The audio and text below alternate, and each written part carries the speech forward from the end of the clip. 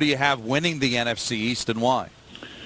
Well, it's such a strange division to try to start handicapping, even off of last year and what was going on within the division and all the teams, really. I mean, Washington wins the division, and I do like them. I really like what McCloughan is doing there as the general manager, and I think he's got a chance to build a heck of a program there in Washington. But Kirk Cousins is going to be the key. So I think Washington will be improved. Well, does that mean they go ahead and win the NFC East? I don't know that I'd necessarily say that. I think the Giants are going to be vastly improved. I expect them to be in the picture. And then Dallas, everyone thinks that Dallas is the team to beat because of what they did 2 years ago.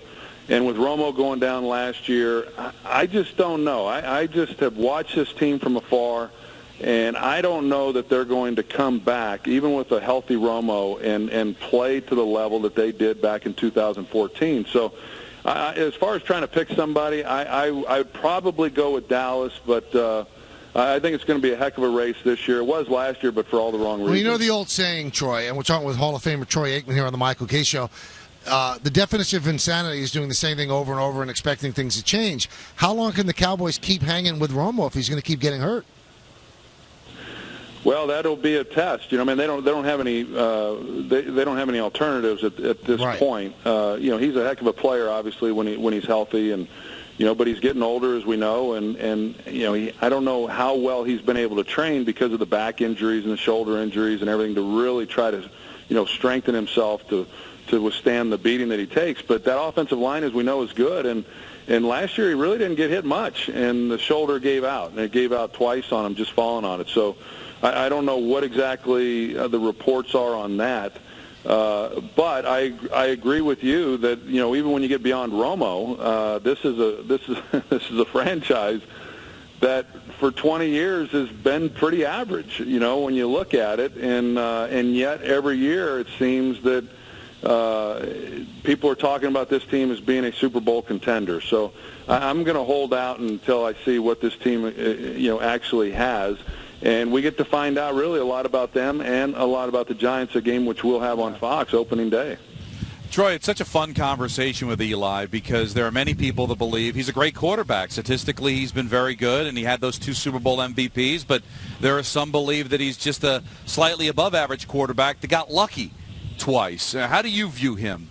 Well, I would tell you that the runs that they had when they won those Super Bowls, he played as well as any quarterback has ever played. I covered those games, and then the one all the way through the Super Bowl, and he was phenomenal. I mean, he was making throws and doing things that you could put Joe Montana, Tom Brady, or anyone else, and they wouldn't have been able to do it any better. And so, there's been some inconsistency with him. I think that here lately, I would say that I'm more of a defender of Eli's because I don't know that they've done a good enough job of putting people around him, and he's had some guys who have been hurt, some key players, but it's been a struggle along the offensive line. That's been a real key for them over the years, as you guys know, when they've had their success, the defensive front and their ability to rush the passer. And so, maybe some of the moves they made this offseason will help. I know that the offense and Eli's performance a year ago kind of got lost, which it should when the team doesn't play any better than what they did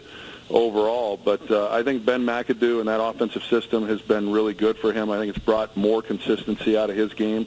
And I think at this stage of his career that, he has to shoulder more. I know he knows that, and, that team really depends on him and needs him to be at his best if they're going to be able to contend within the division and then ultimately do what they hope to. Troy, let's get back to the Jets and Jacksonville, where Don is right now at MetLife. There's been a lot of there's been a lot of debate about Fitzpatrick, and the Jets didn't want to pay him as if he was a great quarterback, and he's certainly not a great quarterback, but what kind of esteem do you hold him in? He had 31 touchdowns last year, more than any Jet quarterback ever, including Joe Namath. Where does Troy Aikman put Ryan Fitzpatrick?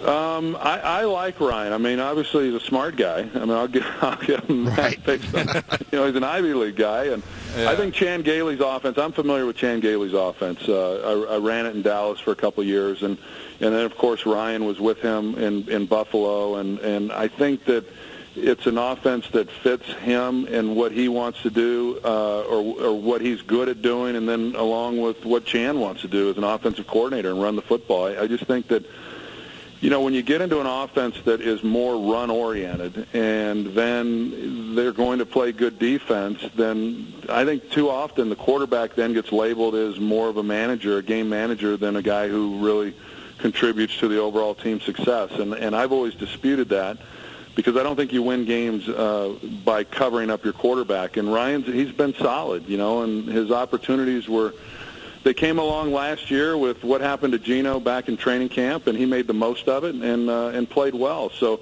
I was happy for him. He got the big contract in Buffalo right before that staff lost their jobs, and I was happy for Ryan to see him get another big payday, because I think most Jets fans, were real concerned if they didn't sign him exactly what direction they were going to turn.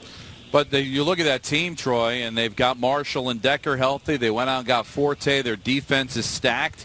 But that schedule is so much tougher than it was last year. So is it a lot to ask them to duplicate a 10-6, 11-5 this year? No, I don't think it's a lot to ask. I think sometimes, we've all learned this, I guess, in really the last 10 years, 15 years, that it's real hard to start looking at schedules and try to determine anything in August, whether or not that schedule is really that tough or not. Just because, Carolina a year ago, who would have thought they would have gone on and did what they did, and most people would have looked at them on the schedule and wouldn't have, saw a team that was going to make it all the way to the Super Bowl. And there will be some teams like that this year, and there's going to be some good teams that really struggle and don't play nearly as well. So I don't think it is asking too much. That other team in that division, they seem to do it every year, and they're the standard, and that division those other teams have to elevate their play to where they can compete with the New England Patriots. I mean, it's I don't want to say it's embarrassing, but it's been amazing to watch and see New England just dominate that division for as long as they have without anybody